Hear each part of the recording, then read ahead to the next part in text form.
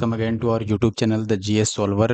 दोस्तों, ये जो वीडियो है ये बिहार के किसी भी एग्जाम के लिए बहुत ज़्यादा इम्पोर्टेंट होने वाला है। दोस्तों, मैं आपको बता देता हूँ क्यों इम्पोर्टेंट होने वाला है। आप देख के ये चीज़ समझ सकते हैं। जैसे सबसे पहले तो इसमें बिहार स्पेशल क्वेश्चन हम कवर करेंगे और बिहार स्पेशल में भी आप देखेंगे कौन कौन से पेपर जैसे बीपीएससी चाहे प्री का हो या फिर टीचर वाला एग्जाम हो, सीडीपीए का हो, असिस्टेंट इंजीनियर का हो, पॉलिटेक्निक लेक्चरर का हो, एलडीसी जो बीपीएससी एलडीसी होता है या प्रोजेक्ट मैनेजर, फिर एमवीआई या बीपीएससी एएसओ, बीपीएससी डीएसओ या फिर हेडमास्टर, बिहार दरोगा, बिहार कांस्टेबल, बिहार सीजीएल या फिर जो आप बीएसएससी सीजीएल बोलते हैं या फिर बीएसएससी इंटर लेवल एग्जाम या फिर बीपीएससी जो एईडीओ आया है, ये तो मैंने एडिशनल लिख लिया है, या फिर बीएसएससी बीएसओ ये भी एडिशनल है, पटना हाई कोर्ट। देखियो, इन सबसे संबंधित जितने भी पुराने पेपर हुए हैं, एईडीओ तो नई वैकेंसी है और बीएसओ तो इन दोनों को छोड़ दें आप। बाकी जो भी इसमें एग्जाम मैंने लिखा है उससे रिलेटेड जितने भी पहले पेपर हो चुके हैं, यहाँ पे आप देख सकते हैं ये डिटेल बुक की यहाँ भी दी गई है। इसमें जितने भी पेपर का जिक्र किया गया है उन सभी पेपर की हम पीवाईक्यू करने वाले हैं, बिहार स्पेशल जो भी पूछा गया है। और देखेंगे ये यूथ कंपटीशन टाइम्स की तरफ से आने वाला बुक है, 2026 का लेटेस्ट एडिशन है दोस्तों। तो बिल्कुल लेटेस्ट क्वेश्चन हम करेंगे और यहाँ भी मैंने इसीलिए लिख दिया है कि 2000 से इवन 1995 के भी क्वेश्चन कुछ मिलते हैं। तो 1995 से अगस्त 2025 यानी अभी जो प्रीवियस मंथ लास्ट गया है वो, तो अगस्त 2025 तक इतने अपडेटेड क्वेश्चन आपको कहीं नहीं देखने को मिलते हैं अभी तक। तो अगस्त 2025 में भी जो एग्जाम हुए हैं बिहार से रिलेटेड, उसमें भी जो क्वेश्चन पूछे गए हैं वो सारे हम यहाँ पर कवर करने वाले हैं। और ध्यान रखिए, ये बिहार स्पेशल के क्वेश्चन होंगे, यानी बिहार के इतिहास से या फिर बिहार के भूगोल से या बिहार की राज्य व्यवस्था से जो क्वेश्चन पूछे जाते हैं वो हैं यहाँ पर। तो बहुत ही ध्यान से आप वीडियो को लास्ट तक देखिए, चाहे आप बीपीएससी, बीएसएससी या बिहार पुलिस एसआई बिहार में किसी भी एग्जाम की तैयारी अगर कर रहे हैं तो आपके लिए ये वीडियो बहुत महत्वपूर्ण है। आप देख सकते हैं बिहार में जितने भी प्रकार के लगभग एग्जाम होते हैं, कॉम्पिटिटिव एग्जाम, सबके पीवाईक्यू इसमें इंक्लूडेड हैं। तो आप लास्ट तक जरूर देखिएगा और ये समझिए कि एक क्विक रिवीजन के तौर पर पीवाईक्यू होगा, खासकर जो बीपीएससी का पेपर होने वाला है उसके लिए, और आगे जो बिहार में बीपीएससी या फिर बीएसएससी द्वारा पेपर लिया जाएगा या बिहार पुलिस द्वारा उसके लिए। तो अभी हम आगे बढ़ते हैं सीधे। और इससे पहले अगर आपने हमारे YouTube channel the GS solver को नहीं सब्सक्राइब किया है तो ऐसे और वीडियो देखने के लिए आप सब्सक्राइब कर सकते हैं। साथ ही साथ वीडियो पसंद आए तो वीडियो को लाइक ज़रूर कर दीजिएगा, और अगर आप हमारे वीडियो के रेगुलर व्यूअर हैं तो कमेंट ज़रूर करके जाइएगा। ठीक है, मैं स्टार्ट करता हूँ। देख भी सकते हैं, जैसे पहला क्वेश्चन जो है ये आप देख सकते हैं, बीपीएससी फील्ड असिस्टेंट 10 अगस्त 2025 को पूछा गया है। ऐसे ही सेकंड क्वेश्चन भी आप देखिएगा तो ये भी फील्ड असिस्टेंट का क्वेश्चन है। तो अगस्त के सारे क्वेश्चन हमने लिए हैं। इसके अलावा आप देखेंगे तो जो 70वीं बीपीएससी था उसका भी क्वेश्चन यहाँ पर इंक्लूडेड है। फील्ड असिस्टेंट के अलावा भी कई सारे पेपर हैं जो 2025 में हुए हैं, उनको यहाँ पे इंक्लूड किया गया है। तो आप देख सकते हैं लेटेस्ट क्वेश्चन है यहाँ पर, अगस्त में जो पेपर हुआ है उसको भी हमने ऐड कर लिया है। लेकिन हमेशा की तरह जैसे कि हम घटना चक्र की बुक में पहले की नोट्स यानी कि थ्योरी देखते थे, वैसे ही यहाँ भी पहले बुक की जो नोट्स है उसको कवर करेंगे, उसके बाद हम क्वेश्चन पर आएंगे।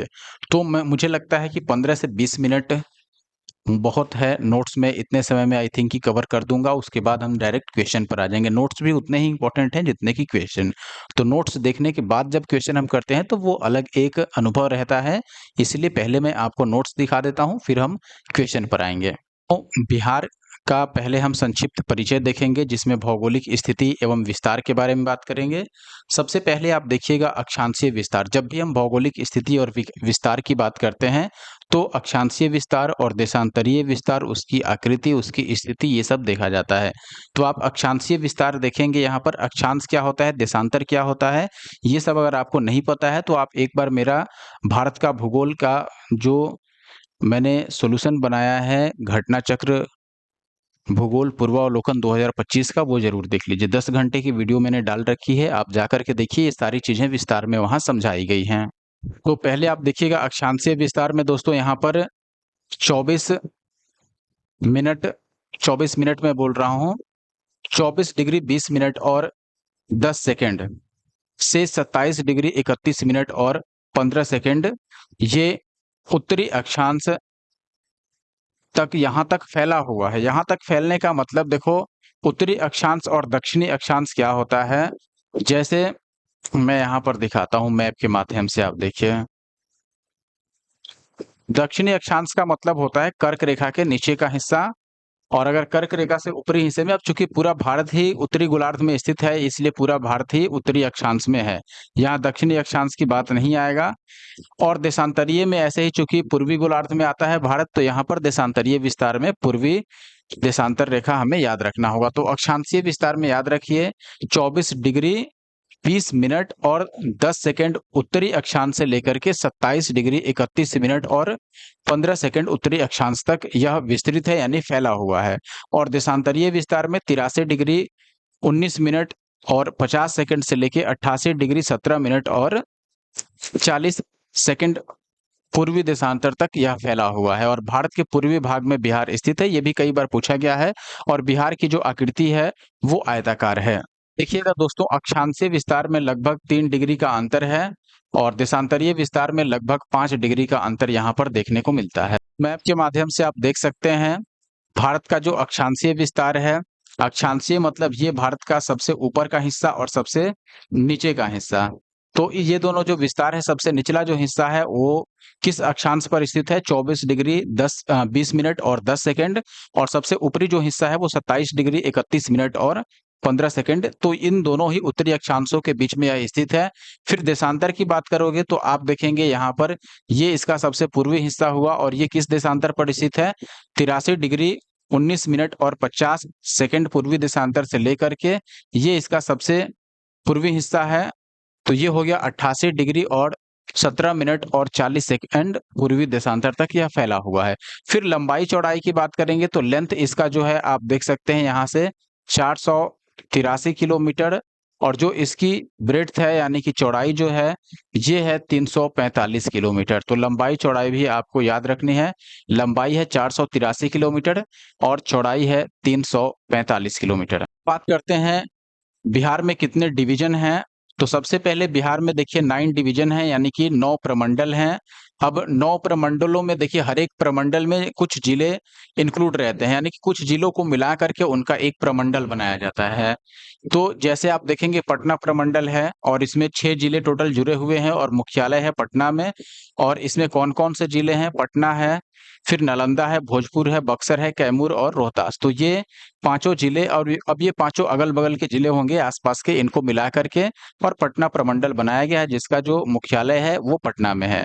ऐसे टोटल 9 प्रमंडल हैं। तो कुल प्रमंडलों की संख्या आपको याद रखनी है। कुल प्रमंडल कितने हैं, बिहार में 9 हैं।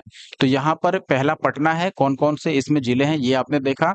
फिर तिरहुत प्रमंडल है जिसका मुख्यालय है मुजफ्फरपुर, और इसमें पूर्वी चंपारण, फिर पश्चिमी चंपारण, मुजफ्फरपुर, वैशाली, सीतामढ़ी और शिवहर, इसमें भी 6 जिले शामिल हैं। फिर दरभंगा प्रमंडल की बात करते हैं, इसमें कुल 3 जिले शामिल हैं जिसमें मधुबनी, दरभंगा और समस्तीपुर है।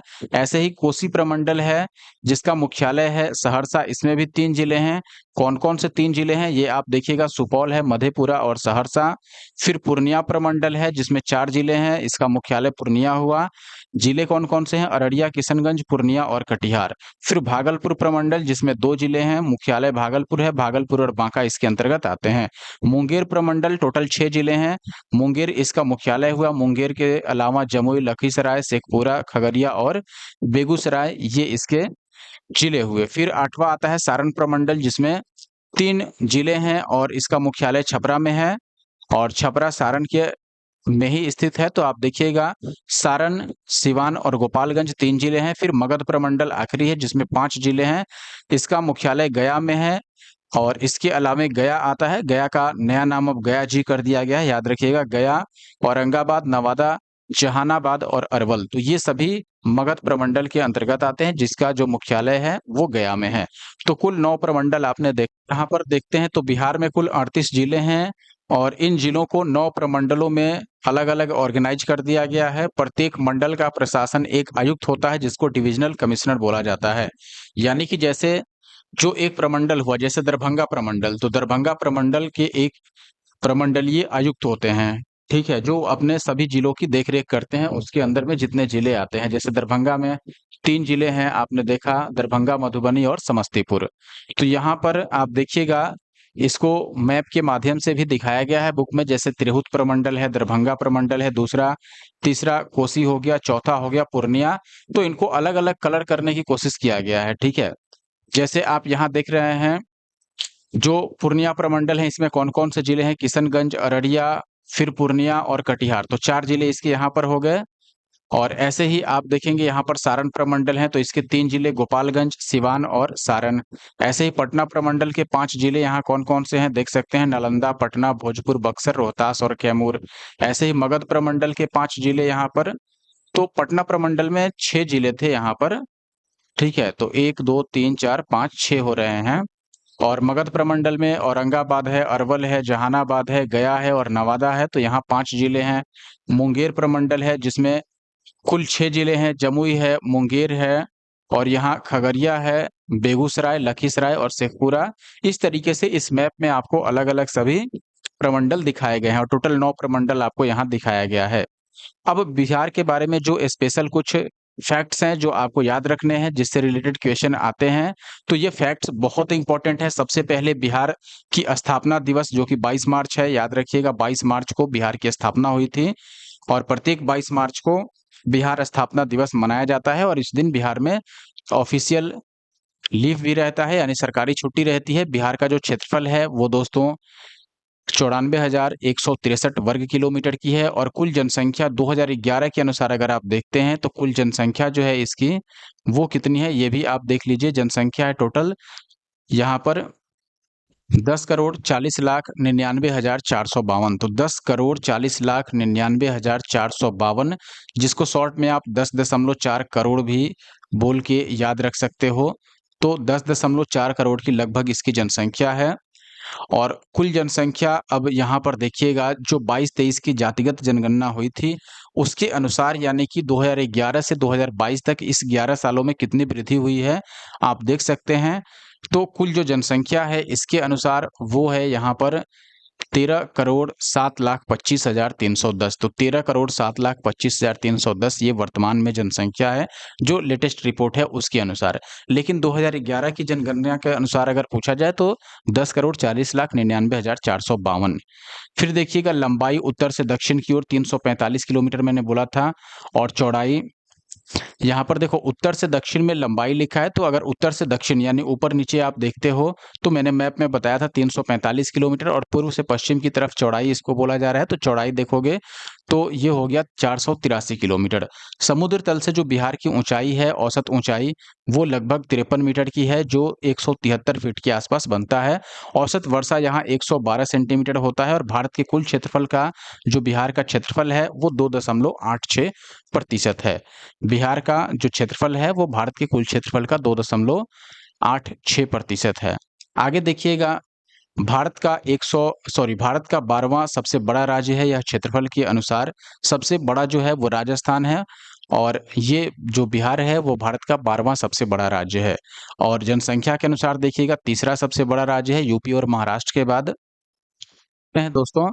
मैंने आपको बताया अभी कि जो बिहार है वो जनसंख्या के अनुसार तीसरा सबसे बड़ा राज्य है। किसके बाद? यूपी और महाराष्ट्र के बाद। टोटल प्रमंडलों की संख्या हमने देखा है 9। फिर आप देखिएगा यहाँ पर कुल जिले कितने हैं? 38 जिले और 38वां जिला कई बार पूछा जाता है कि सबसे लास्ट में जो जिला बना वो कौन सा है? तो अरवल है 38वां जिला। अनुमंडल कितने हैं? 101 हैं बिहार में। और प्रखंड सह अंचल यानी कितने प्रखंड है? 534 है। तो आप देखिएगा 534 प्रखंडों में जो प्रखंड स्तर के पदाधिकारी होते हैं उनकी जो स्वीकृत संख्या होती है वो भी आपके 534 ही रहते हैं। अच्छा, पंचायत कितने हैं यहाँ पर? तो पंचायत है 8,053। बिहार में पंचायतों की कुल संख्या 8,053 है। तो कंफ्यूजन रहता है कि पंचायतों की संख्या इससे अधिक है, 8,800 कुछ कई बार बताए जाते हैं या वेबसाइट पर भी। तो इसके लिए मैंने यहाँ पर सर्च कर लिया सीधे बिहार पंचायती राज विभाग जो बिहार का है। आप देख सकते हैं यहाँ पर ये सीधे जो आप यहाँ पर देखेंगे ये पंचायती राज डिपार्टमेंट बिहार सरकार का ऑफिशियल वेबसाइट है। यहाँ पर माननीय मुख्यमंत्री की तस्वीर लगी हुई है और ये इनका जो बढ़ता बिहार और बदलता बिहार वाक्य है ये लिखा गया है। अब अबाउट अस में आप पढ़ेंगे, यहाँ पर मैं थोड़ा जूम कर देता हूँ कि आपके देखने में आसानी हो आपके लिए। देखिएगा अबाउट अस में ये क्लियरली इन्होंने मेंशन कर रखा है यहाँ पर कि वर्तमान में, देखिए यहाँ नहीं है, इधर है, आपको इधर दिखाते हैं। देखिए यहाँ क्या लिखा है, एट प्रेजेंट, यानी कि अभी वर्तमान में 8,053 पंचायत हैं। अब मैं इसको इधर लेके आता हूं ताकि आप देख सकते हैं।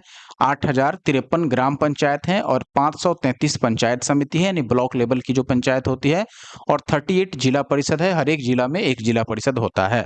तो ओवरऑल 8,053 पंचायत, 533 पंचायत समिति और आपके 38 जिला परिषद बिहार में फाइनली अभी के डेट में प्रेजेंट टाइम में फंक्शनल हैं।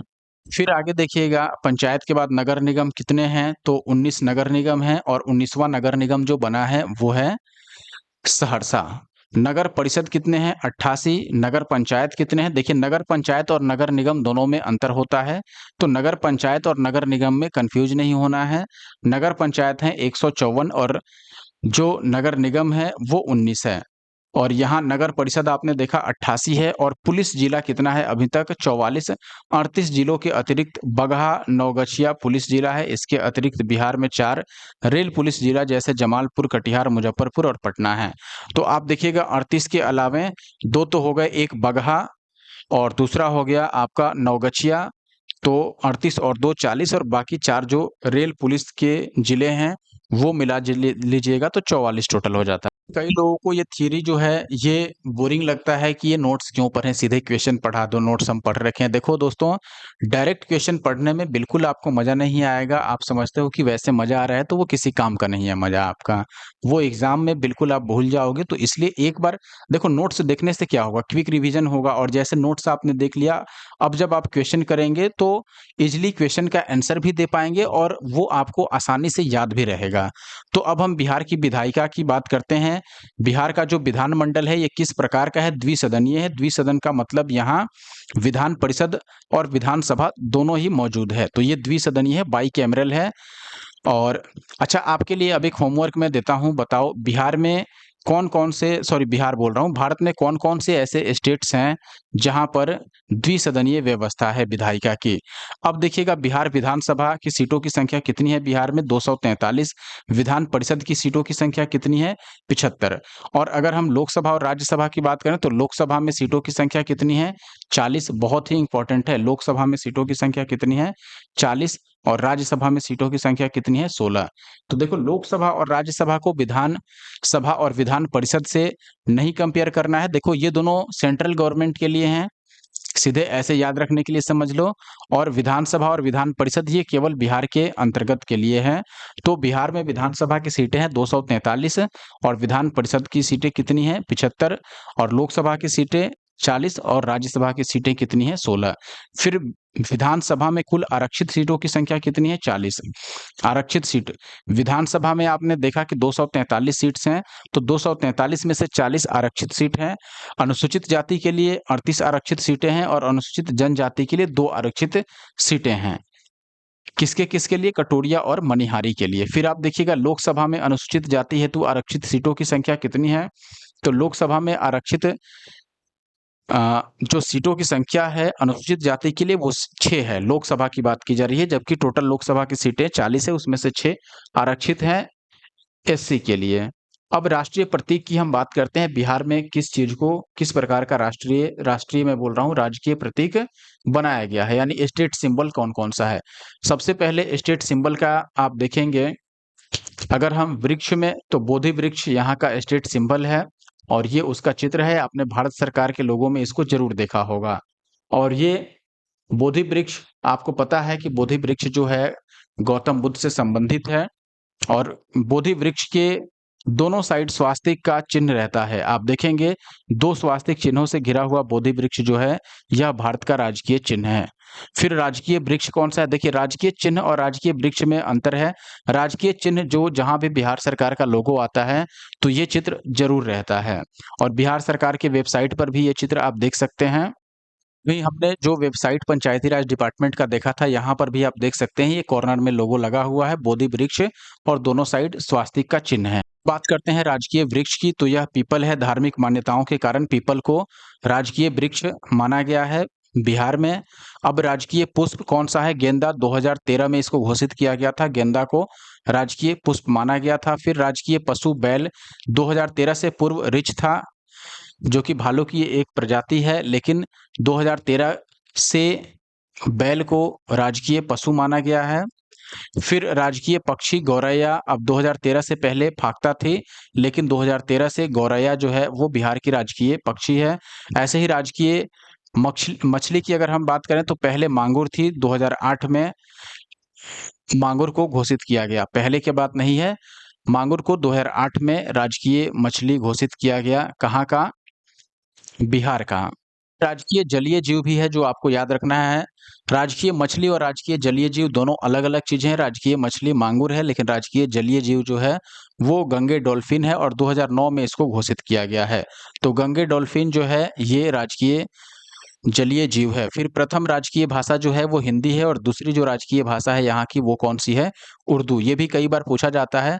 अब बिहार के कुछ प्रमुख झीलें हैं जो आपको मैप के माध्यम से पहले मैं दिखा देता हूँ, जिसमें कुशेश्वर झील जो कि दरभंगा में है, सिमरी झील सहरसा में है, कटिहार में है, गोगाबिल झील, फिर भागलपुर में है जगतपुर झील, ऐसे ही बेगूसराय में है कांवर झील बहुत इंपॉर्टेंट है, नालंदा में है आपका घोरा कटोरा झील और गया जी में है।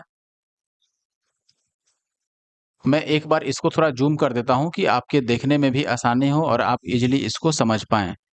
तो मुचलिंडा झील जो है ये गया जी में है, अनुपम झील है कैमूर में, फिर ऊपर कुछ रह गए थे वो मैं दिखा देता हूँ। पश्चिमी चंपारण में है सरैया मन झील, पूर्वी चंपारण में है मोती झील और पिपरा मन झील, और बाकी जो इम्पोर्टेंट झीलें थी वो मैंने आपको दिखा ही दिया। ठीक है, अब मैं यहाँ मैप के बाद सीधे टेबल में दिखा देता हूँ, क्योंकि मैप में हो सकता है आप क्लियरली नहीं देख पाए हों। टेबल भी आपके सामने है, आप स्क्रीनशॉट भी लेके रख सकते हैं। देखिए सबसे पहले गोखुर झील में हम बात करें तो कांवर झील है बेगूसराय का, फिर गोगाबिल या फिर घोघा झील है कटिहार का, कुशेश्वर झील है दरभंगा का, और सिमरी झील है सहरसा का, जगतपुर झील है भागलपुर में, मोती झील है मोतिहारी में, फिर सरैया झील बेतिया पश्चिम चंपारण, और ऐसे ही पिपरामन झील जो है वो पूर्वी चंपारण में मोतिहारी में स्थित है। तो ये सारे जो ऑक्स बो होते हैं यानी गोखुर झील उस टाइप के हैं, इनकी जो आकृति है वो गोखुर जैसी रहती है यानी ऑक्स बो जैसी। फिर प्राकृतिक झील में हम बात करें तो घोरा कटोरा झील है जो कि राजगीर नालंदा में है, अनुपम झील है कैमूर में, फिर मुचलिंडा झील बोधगया गया जी में स्थित है, और कुछ यहाँ पर आर्टिफिशियल भी हैं यानी कृत्रिम झील हैं, जिसमें नागी झील है जमुई में और नकटी झील दोनों ही जमुई में स्थित हैं। अब हम बिहार की प्रमुख नहरों की बात करें तो बिहार की प्रमुख नहरों में दोस्तों सबसे महत्वपूर्ण तो गंडक नदी से जुड़े हुए और कोसी नदी से जुड़े हुए नहर हैं, जिसमें पहला आता है त्रिवेणी। त्रिवेणी से जो लाभान्वित क्षेत्र हैं यह गंडक नदी की एक नहर है त्रिवेणी नहर। यह पश्चिमी चंपारण, पूर्वी चंपारण, मुजफ्फरपुर और वैशाली जो है इनके इलाके इससे लाभान्वित होते हैं। फिर तिरहुत नहर गंडक से जुड़ा हुआ है और दोन ये भी गंडक से, तो ये तीनों जो नहर है इनसे प्रभावित जो क्षेत्र हैं लाभान्वित क्षेत्र, वो यहाँ पर 4 जिले इससे लाभान्वित हैं, जिसमें चंपारण, पूर्वी और पश्चिमी, मुजफ्फरपुर और वैशाली। फिर आप देखेंगे पूर्वी कोसी, पश्चिमी कोसी और राजपुर, ये तीनों ही कोसी नदी से जुड़े हुए नहरें हैं, और इनसे जो लाभान्वित क्षेत्र हैं वो अररिया, सुपौल और पूर्णिया। किससे? पूर्वी कोसी से अररिया, सुपौल और पूर्णिया। पश्चिमी से है आपका दरभंगा, मधुबनी और सुपौल, और जो राजपुर है इससे सहरसा, मधेपुर और बेगूसराय है। ऐसे ही सोन नदी से जुड़े 2 नहरें हैं, जिसमें पूर्वी सोन और पश्चिमी सोन है।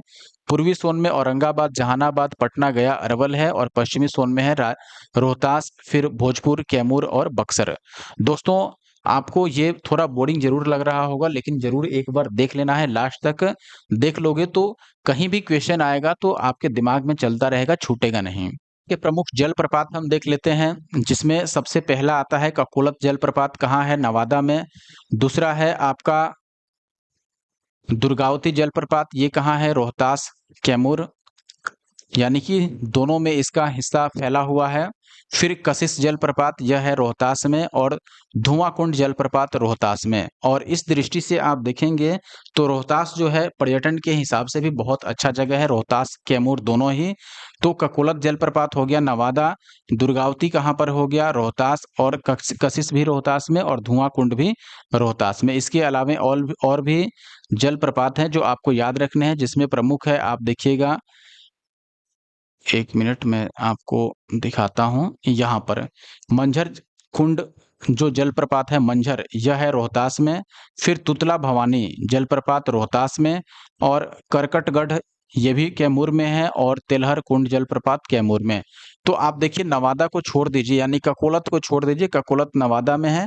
उसके बाद जितने भी आपके पास जलप्रपात हैं उसमें से 4 रोहतास में हैं, 5 आप कह सकते हो, और 3 जो हैं वो कैमूर से संबंधित हैं। तो बिहार में वन्य जीव अभयारण्य के बारे में हम देखने वाले हैं, और ये वो भी अब लेटेस्ट रिपोर्ट हम लेकर के चलेंगे। लेटेस्ट रिपोर्ट का मतलब कि जो इकोनॉमिकल सर्वे है 2024-25 उसके अकॉर्डिंग क्या रिपोर्ट है बिहार के वन्य जीव अभयारण्य का, वो हम देखेंगे। तो सबसे पहले देखिए दोस्तों, लेटेस्ट रिपोर्ट है, और चूंकि बुक भी 2026 तक टारगेट करती है एग्जाम को, तो सारे जो हमने यहाँ पर आंकड़े लिए हैं वो सभी अपडेटेड लिए हैं अगस्त 2025 तक। तो सबसे पहले ध्यान रखिए कि बिहार में 1 राष्ट्रीय उद्यान है और 12 वन्य जीव अभयारण्य हैं। तो अब हम राष्ट्रीय उद्यान पहले देख लेते हैं कि राष्ट्रीय उद्यान कौन सा है। नाम है वाल्मीकि नगर राष्ट्रीय उद्यान। कहाँ है? पश्चिमी चंपारण में स्थित है, और इसका क्षेत्रफल है 1779.71। और ध्यान रखिए कि यह बिहार का एकमात्र राष्ट्रीय उद्यान है। इसमें बिहार के सबसे घने वन पाए जाते हैं। बिहार का एकमात्र बाघ अभयारण्य इसी के अंदर है। किसके अंदर? वाल्मीकि नगर राष्ट्रीय उद्यान के अंदर में। तो यह स्थित कहाँ पर है? पश्चिमी चंपारण में, याद रखना है, वेस्ट चंपारण। फिर अब हम बात कर लेते हैं सीधे तौर पर वन्य जीव अभयारण्य जो हमने देखा था 12, वो कौन कौन से हैं। पहला है भीम बांध एवं वन्य जीव अभयारण्य, यह है मुंगेर में। एरिया है इसका लगभग 681, और ये किसके लिए प्रसिद्ध है? तेंदुआ, भालू, सुअर, मगरमच्छ के लिए प्रसिद्ध है। फिर गौतम बुद्ध पक्षी विहार गया में है, 138 किलोमीटर स्क्वायर का लगभग क्षेत्रफल है इसका। कांवर झील वन्य जीव अभयारण्य, कांवर झील बेगूसराय में स्थित है, ये हमने पहले भी देखा। एरिया 63.11 किलोमीटर स्क्वायर है। साइबेरियाई पक्षियों का यह आश्रय स्थल है, इसलिए यह महत्वपूर्ण है। और इसके अलावा रामसर सूची में शामिल बिहार का यह पहला आर्द्रभूमि क्षेत्र है, तो इसलिए भी यह महत्वपूर्ण है। कांवर झील रामसर सूची में शामिल होने वाला बिहार का पहला आर्द्रभूमि क्षेत्र है, तो इस हिसाब से आपको याद रखना है। फिर कैमूर वन्य जीव अभयारण्य रोहतास और कैमूर दोनों में फैला हुआ है। एरिया है 1784.73 किलोमीटर स्क्वायर। यह बिहार का सबसे बड़ा वन्य जीव अभयारण्य है। तो बिहार का सबसे जो बड़ा है एरिया के हिसाब से वह वन्य जीव अभयारण्य कौन सा है? कैमूर वन्य जीव अभयारण्य। नागी पक्षी विहार कहाँ है? जमुई में। और नकटी डैम वन्य जीव अभयारण्य ये भी जमुई में है, दोनों ही जमुई में स्थित है। छोटे छोटे क्षेत्रफल वाले हैं। सबसे छोटा जो वन्य जीव अभयारण्य है वह हो गया नागी बांध पक्षी विहार, जो कि केवल 1.92 किलोमीटर स्क्वायर के एरिया में है। अब है दोस्तों राजगीर वन्य जीव अभयारण्य, नालंदा में स्थित है। 35.84 का इसका वर्ग किलोमीटर एरिया है। उदयपुर वन्य जीव अभयारण्य पश्चिमी चंपारण में है। रजौली नवादा में है। कुशेश्वर स्थान बहुत इंपॉर्टेंट, दरभंगा का है कुशेश्वर स्थान, याद रखना है। कुशेश्वर स्थान पक्षी वन्य जीव अभयारण्य, यह है 29.21 वर्ग किलोमीटर इसका क्षेत्रफल है। और साइबेरियाई पक्षियों का आश्रय स्थल यह भी है। फिर विक्रमशिला डॉल्फिन वन्य जीव अभयारण्य भागलपुर में है, 60 किलोमीटर लगभग इसका एरिया, 60 किलोमीटर स्क्वायर, ठीक है, 60 किलोमीटर क्षेत्रफल में फैला है। गंगा नदी में मुंगेर से भागलपुर तक यह फैला हुआ है। और भारत के पहले डॉल्फिन अभयारण्य के रूप में यह प्रसिद्ध है। कौन? विक्रमशिला डॉल्फिन वन्य जीव अभयारण्य। तो इसकी लेंथ यहाँ पर इन्होंने दे रखा है क्या, एक बार चेक कर लेता हूँ मैं डेटा। तो देखिए इसमें मैंने डेटा अभी चेक किया है, बिल्कुल ये सही ही लिखा है। इसका स्ट्रेच है इतना, स्ट्रेच का मतलब ये इतने लंबे क्षेत्र में फैला हुआ है, 60 किलोमीटर लंबे क्षेत्र में फैला हुआ है, भागलपुर में स्थित है। तो याद रखना है यह गंगा डॉल्फिन के लिए प्रसिद्ध है और भारत के पहले डॉल्फिन अभयारण्य के रूप में प्रसिद्ध है। अब आखिरी है आपके पास जो वन्यजीव अभयारण्य, यह है बरेला सलीम अली पक्षी अभयारण्य और यह है कहाँ? वैशाली में। और यह दूसरा सबसे छोटा अभयारण्य है क्योंकि इसका एरिया है 1.98 और जो सबसे छोटा था वो था नागी पक्षी विहार जमुई जो कि 1.92 था और यह सबसे छोटा अभयारण्य था बिहार का। हाँ, आप मैप के भी माध्यम से देख सकते हैं। सबसे ऊपरी जो हिस्सा आता है दोस्तों पश्चिमी चंपारण का। पश्चिमी चंपारण में 2 प्रमुख वन्यजीव अभयारण्य हैं जिसमें से एक तो राष्ट्रीय उद्यान ही है वाल्मीकि नगर जो कि बिहार का एकमात्र राष्ट्रीय उद्यान है और जो वन्यजीव अभयारण्य है यह है उदयपुर वन्यजीव अभयारण्य पश्चिमी चंपारण का। फिर दूसरा दरभंगा का एकमात्र जो वन्यजीव अभयारण्य है कुशेश्वर स्थान पक्षी वन्यजीव अभयारण्य जो कि साइबेरियाई पक्षियों के लिए आश्रय स्थल है। फिर बेगूसराय का महत्वपूर्ण आता है कांवर झील जो रामसर स्थल भी है, रामसर साइट भी है। तो कांवर झील वन्यजीव अभयारण्य कहाँ है? बेगूसराय में। फिर भागलपुर का विक्रमशिला डॉल्फिन वन्यजीव अभयारण्य जो कि गंगे डॉल्फिन के लिए प्रसिद्ध है और भारत का ये पहला डॉल्फिन अभयारण्य है। फिर मुंगेर का है भीम बांध वन्यजीव अभयारण्य। उसके बाद आप देखिएगा तो बात करते हैं वैशाली में। वैशाली में है बरेला सलीम अली पक्षी अभयारण्य। कैमूर में है कैमूर वन्यजीव अभयारण्य। और इसके अलावा आप देखिएगा दोस्तों यहाँ पर तो गौतम बुद्ध वन्यजीव अभयारण्य गया जी में है। फिर राजगीर या फिर पंत वन्यजीव अभयारण्य नालंदा राजगीर में स्थित है। नवादा में है रजौली वन्यजीव अभयारण्य और जमुई में 2 है जिसमें से एक नागी जो सबसे छोटा है और रामसर स्थल भी है और फिर नकटी जो रामसर स्थल भी है और ये दोनों ही है जमुई में। फिर आगे अब हम बात करते हैं हम देखने वाले हैं बिहार की अर्थव्यवस्था से संबंधित चीजें जिसमें सबसे पहले बिहार के विभिन्न उत्पादों को जो जीआई टैग मिला है उसके बारे में देखेंगे। इसमें सबसे पहला आता है आपको मधुबनी चित्रकला जो कि मिथिला से संबंधित है और सिक्की घास शिल्प यह उत्तर बिहार से संबंधित है। फिर सुजनी कढ़ाई यह मुजफ्फरपुर से संबंधित है और किस क्षेत्र में है यह सुजनी कढ़ाई? कढ़ाई क्या होता है? हस्तशिल्प। फिर सिल्क भागलपुर से संबंधित मंजूसा आर्ट भागलपुर पिपली वर्क ये भी भागलपुर से संबंधित है। अच्छा सिलाव खाजा जो है यह एक प्रकार की मिठाई है जो सिवान बोल रहा हूँ नालंदा नालंदा सिलाव जगह का नाम है नालंदा का उससे संबंधित है और यह मिष्ठान है तो मिठाई वही मैंने बताया। फिर जर्दालू आम भागलपुर का एक प्रमुख जो है आम की प्रजाति जर्दालू याद रखना है बहुत ही इम्पोर्टेंट है। फिर हम देखते हैं कतरनी चावल यह भी भागलपुर से संबंधित है। मगही पान वेरी इंपॉर्टेंट मगही पान नाम से ही आप समझ पाए होंगे औरंगाबाद नालंदा नवादा और गया से संबंधित है और यह कृषि क्षेत्र से संबंधित है। फिर शाही लीची मुजफ्फरपुर ऐसे भी मुजफ्फरपुर की लीची का बहुत ज़्यादा नाम है और मिथिला मखाना दरभंगा मधुबनी इत्यादि में मखाना काफ़ी बड़े स्तर पर उपजाया जाता है। और आप देखिएगा मरचा धान या फिर चूरा तो यह पश्चिमी चंपारण से संबंधित है। देखिएगा दोस्तों बिहार में केंद्र सरकार द्वारा नियंत्रित सार्वजनिक उपक्रम कौन कौन से हैं जिसमें एक साइड उद्योग है एक साइड उसका स्थान दिया गया है जैसे fertilizer corporation of India limited तो यह बिहार में केंद्र सरकार द्वारा नियंत्रित सार्वजनिक एक संस्था है या उपक्रम है आप समझ लो fertilizer corporation of India limited और यह बरौनी में स्थित है। ऐसे ही इंडियन ऑयल कॉरपोरेशन लिमिटेड यह भी बरौनी में है और बरौनी खासकर इंडियन ऑयल के लिए बहुत प्रसिद्ध है। साथ ही साथ Bharat wagon and engineering company limited यह मोकामा पटना में है।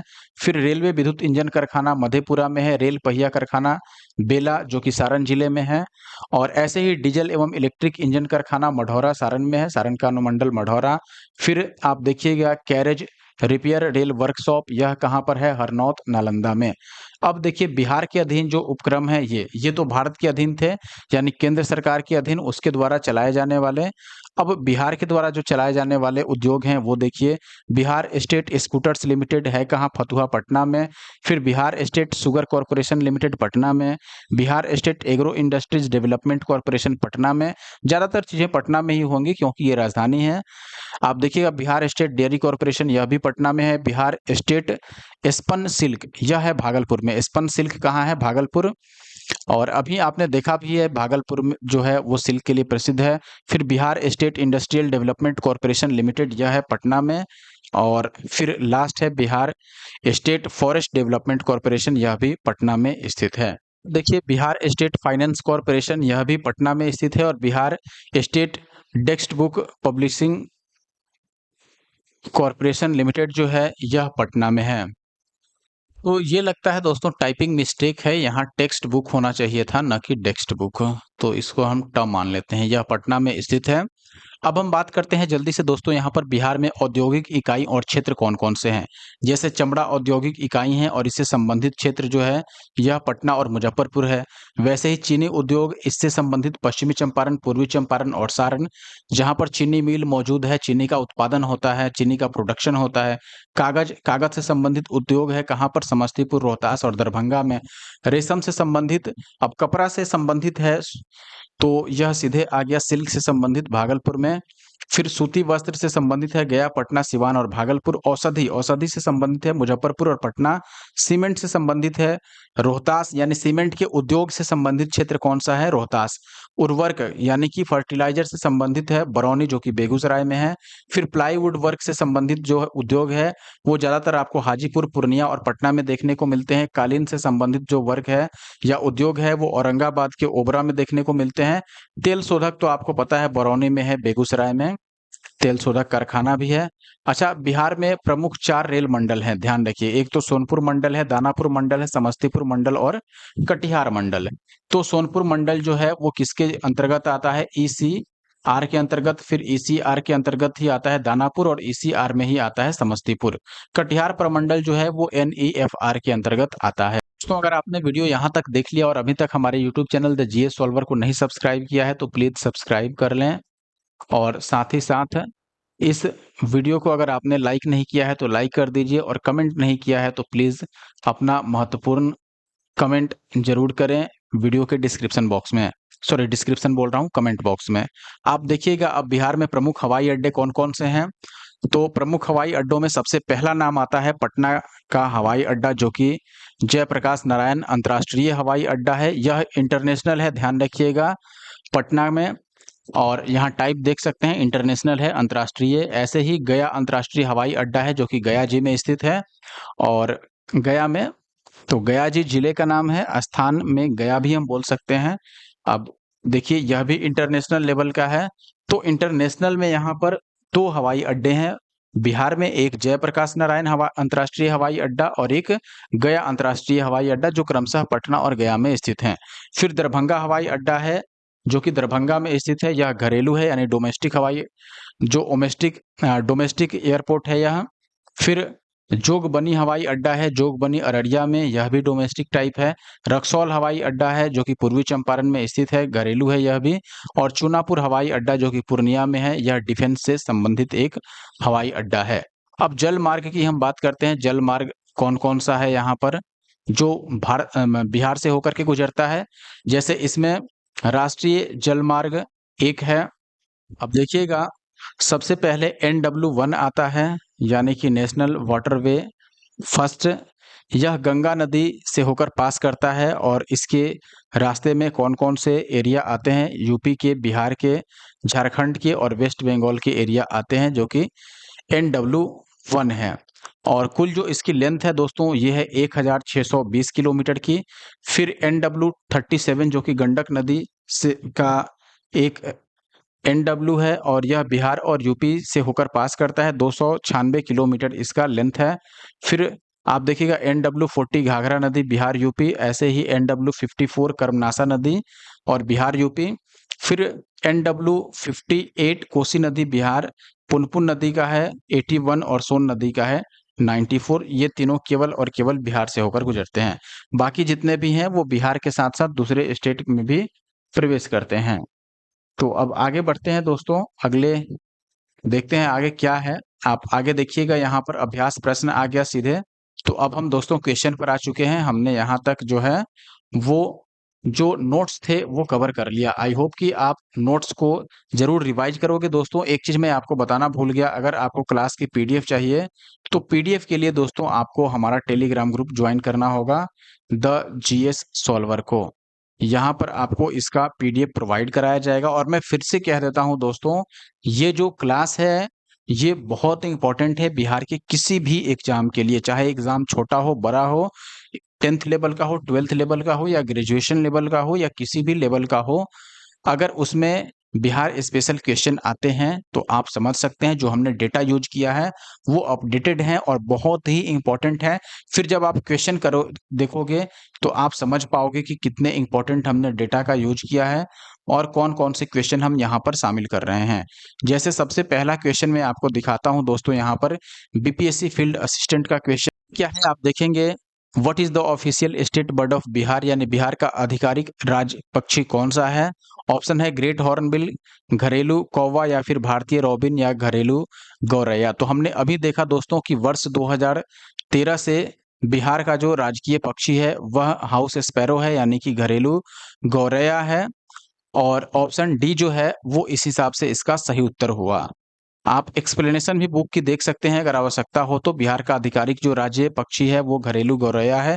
इसको 2013 में राज्य पक्षी घोषित किया गया था।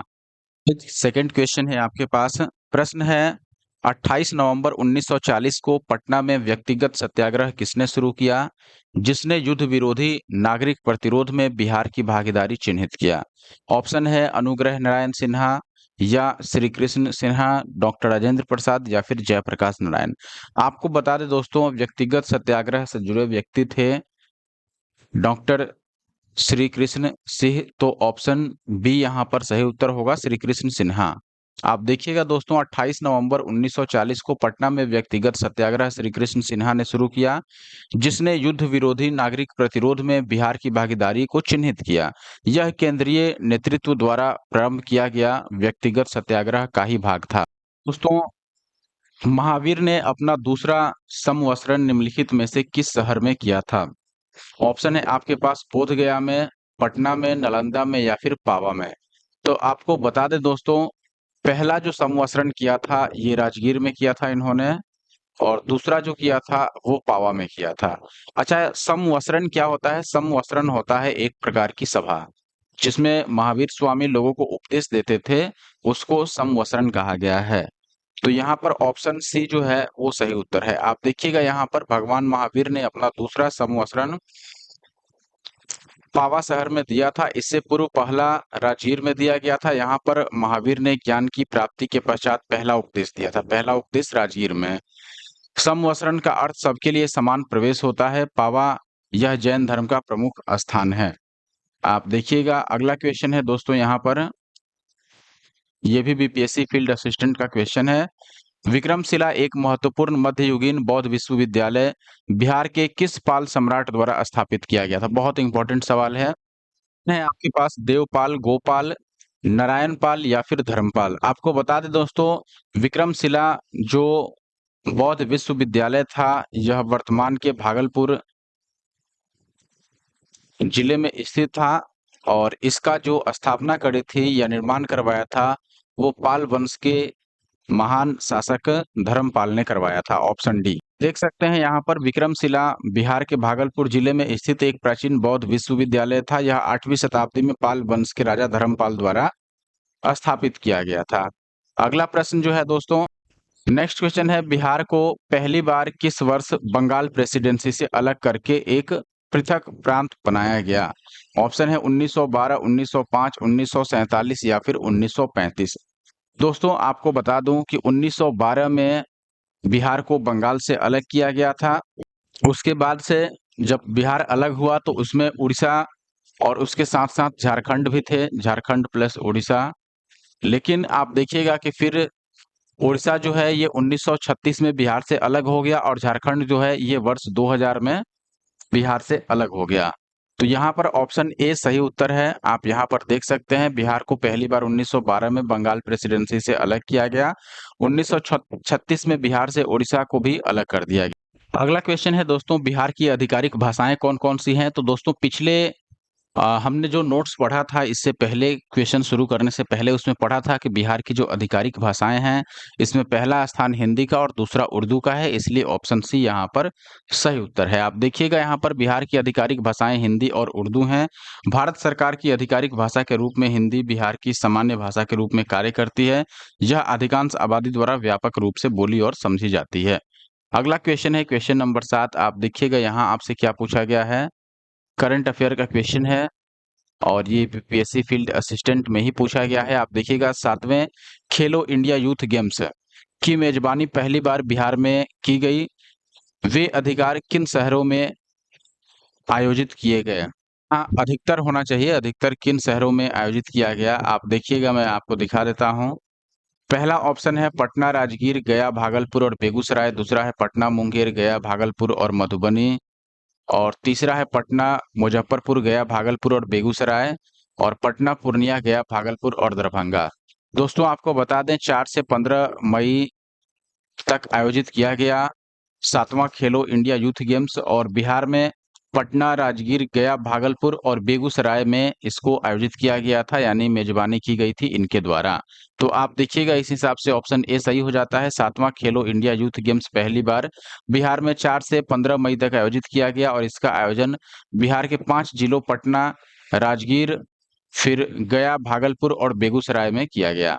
अगला क्वेश्चन आप देखिएगा दोस्तों, यहाँ पर बीपीएससी एमवीआई 9 अगस्त 2025 में पूछा गया है ये क्वेश्चन। वित्तीय वर्ष 24-25 में प्रधानमंत्री सूक्ष्म खाद्य प्रसंस्करण उद्यम औपचारीकरण योजना के कार्यान्वयन में कौन सा राज्य शीर्ष पर रहा? ऑप्शन है बिहार, गुजरात, उत्तर प्रदेश या फिर मध्य प्रदेश। ये उत्तर है दोस्तों बिहार। याद रखिएगा, प्रधानमंत्री सूक्ष्म खाद्य प्रसंस्करण उद्यम औपचारीकरण यानी कि PMFMY, यह जो योजना है इसके कार्यान्वयन में सबसे टॉप पर बिहार है। देखिएगा दोस्तों, वित्तीय वर्ष 2024-25 में प्रधानमंत्री सूक्ष्म खाद्य प्रसंस्करण उद्यम औपचारीकरण इट मीन्स PMFME योजना के कार्यान्वयन में बिहार शीर्ष राज्य पर रहा है। बिहार राज्य शीर्ष पर रहा है। यह योजना बिहार राज्य में उद्यमिता और विशेष रूप से सूक्ष्म एवं लघु खाद्य प्रसंस्करण इकाइयों को बढ़ावा देने में सहायक सिद्ध हुआ है। साथ ही राज्य सरकार सामुदायिक, व्यक्तिगत और संवेदनशील समूहों को सशक्त बनाने हेतु लगातार प्रयास भी कर रही है। अगला क्वेश्चन आप देखिएगा, ये है डिस्ट्रिक्ट स्टैटिस्टिकल ऑफिसर यानी बीपीएससी डीएसओ का जो एग्जाम हुआ था अगस्त में, उसमें पूछा गया बिहार की मुख्य नदी प्रणाली कौन सी है? तो आप देखेंगे बिहार की जो प्रमुख नदी प्रणाली है दोस्तों वह है गंगा। गंगा इसका सही उत्तर है, जबकि बिहार का शोक किसको कहा जाता है? कोसी नदी को। आप यहाँ एक्सप्लेनेशन में देख सकते हैं दोस्तों, बिहार की मुख्य नदी प्रणाली गंगा नदी प्रणाली है। यह नदी राज्य के बीच से होकर गुजरती है, इसे दो असमान भागों में विभाजित करती है। इसके अतिरिक्त घाघरा, गंडक, कोसी, सोन, पुनपुन, फल्गु, कमला, बागमती, बूढ़ी गंडक और महानंदा जैसी कई नदियां बिहार में प्रवाहित होती हैं। नेक्स्ट क्वेश्चन है, बिहार वैज्ञानिक सोसाइटी की स्थापना कब की गई थी? बिहार वैज्ञानिक सोसाइटी की स्थापना, और ये भी डीएसओ एग्जाम में पूछा गया है। ऑप्शन है 1793, 1868, 1659 या फिर 1785। सही उत्तर है दोस्तों 1868। 1868 में दोस्तों बिहार वैज्ञानिक सोसाइटी की स्थापना मुजफ्फरपुर में की गई थी। किसके द्वारा? सैयद इमदाद अली, सैयद इमदाद अली के द्वारा। मैं एक्सप्लेनेशन में भी दिखाऊंगा ये चीजें, आप देखेंगे बिहार वैज्ञानिक सोसाइटी की स्थापना 1868 ईस्वी में मुजफ्फरपुर में सैयद इमदाद अली द्वारा की गई थी। इसका मुख्य उद्देश्य क्या था? विज्ञान की अंग्रेजी किताबों को उर्दू में अनुवाद करना, यानी कि जो इंग्लिश मीडियम में बुक्स थी विज्ञान की यानी कि साइंस की, उसको उर्दू में अनुवाद करना यानी कि ट्रांसलेट करना। नेक्स्ट क्वेश्चन फिर से डीएसओ का है, बिहार के जगदीशपुर में 1857 के भारतीय विद्रोह का नेता कौन था? आपको मैंने बहुत बार ये पढ़ा दिया है, बाबूवीर कुंवर सिंह इसके नेता थे बिहार से। आप देखिएगा, इससे पहले अगर आपने 10 घंटे से अधिक की मेरी एक वीडियो डली है जिसमें हमने घटना चक्र पूर्वावलोकन की जो बुक आती है जिसमें सभी अलग-अलग स्टेट बीसीएस के प्रीवियस ईयर क्वेश्चन रहते हैं और यूपीएससी प्री के भी, उसका 2025 एडिशन मैंने सॉल्व किया है। 10 घंटे से अधिक की वीडियो हमारे YouTube channel the GS solver पे हमने डाल रखी है, अगर आपने नहीं देखा है देख लीजिए। देखिएगा 1857 के भारतीय विद्रोह में बिहार के जगदीशपुर से कुंवर सिंह प्रमुख नेता थे। वे जगदीशपुर रियासत के शासक थे और इन्होंने ब्रिटिश ईस्ट इंडिया कंपनी के खिलाफ सशस्त्र विद्रोह का नेतृत्व किया था।